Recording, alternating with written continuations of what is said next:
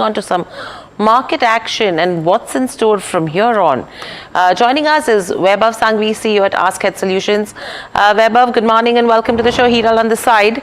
My first question coming to you is, what do you make of the current market scenario, the kind of euphoria that we saw probably last week and the start of this week on Monday? Cooling off did happen in terms of yesterday's session. However, how would you trade? See, I think it was a much needed relief from a market perspective from the bottoms. But now what has been happening is, there is definitely a reason behind it, in the sense that we do expect that from an economic standpoint, FY26, in all likelihood, we would be surprised on the GDP growth on the upside.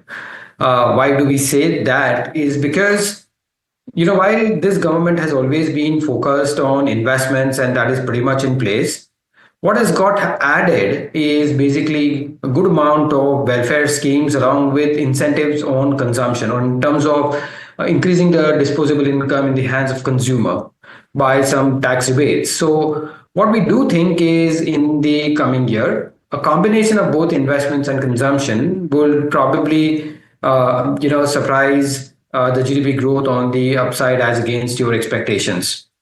Having said that, the relief rally kind of has happened.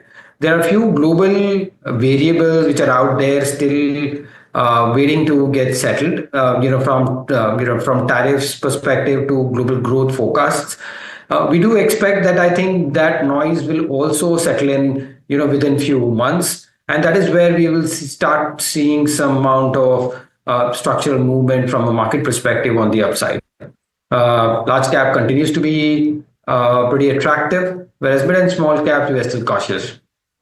Okay, so Vaibhav, let's incorporate the other variables that could come into this mix.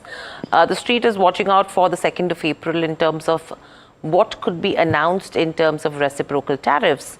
Some kind of probably initiating comments coming in with regards to pharma and auto, but no one knows as to what side of the banter will Trump lean on because of the mood swings that he has, right?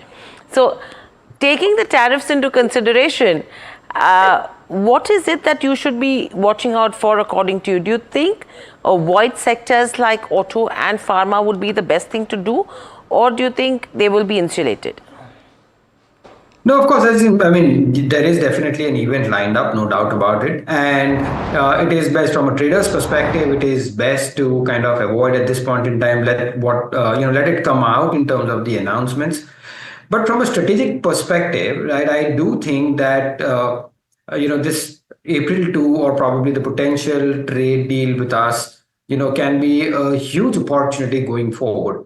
Why do I say that? Is because currently, looking at the way China has been imposed in terms of tariffs, I'm not witnessing any kind of major activity in terms of them arriving at a trade deal pretty soon.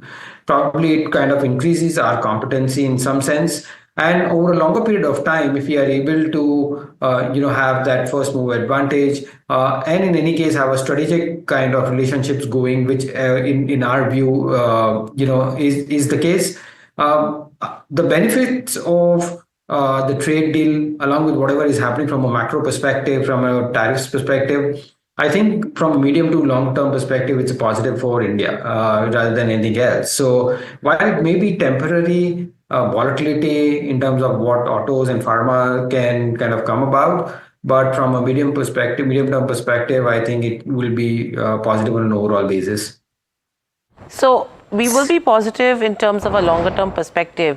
How are you looking at valuations of Indian markets at the current point in time versus what we were earlier? Because much cheaper it's compared to the last 3-4 months. But if that is the scenario, from a valuation perspective, where would you see investments happening now? See, I think valuations, of course, from a large cap perspective are looking reasonable. At the same time, what we also need to understand is that the valuations at this point in time, we are looking after these kind of earnings downgrades or forecasts. Now, as we look at GDP growth kind of resuming in the next year, my sense is in the second half of FY26 is where we will probably see some amount of stability to earnings and probably growth resuming, in higher than expected is what I would assume. So valuations are a factor of both your earnings and your multiples, right? So if just by the sake of earnings growth, the potential of valuations to increase becomes a little higher. So my sense is we are at a comfortable scenario, and at the same time, we are looking at a backdrop where there has been considerable selling from an FPI perspective. So any kind of reallocation of money towards India in along with the domestic flow, which is continuing. I wouldn't be surprised that we may probably inch up in terms of the valuations, especially on the large cap. Small and mid cap, I'm still avoid. Okay, so avoid a small and mid cap, but valuations look pretty reasonable or somewhat reasonable in terms of the large cap space is the word coming in there.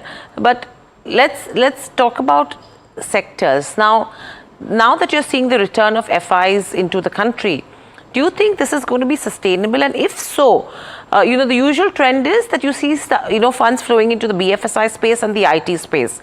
IT, I think people are still shying away from that sector, taking into consideration the kind of job cuts that are happening, probably the discretionary spends that are on the cut on a global level.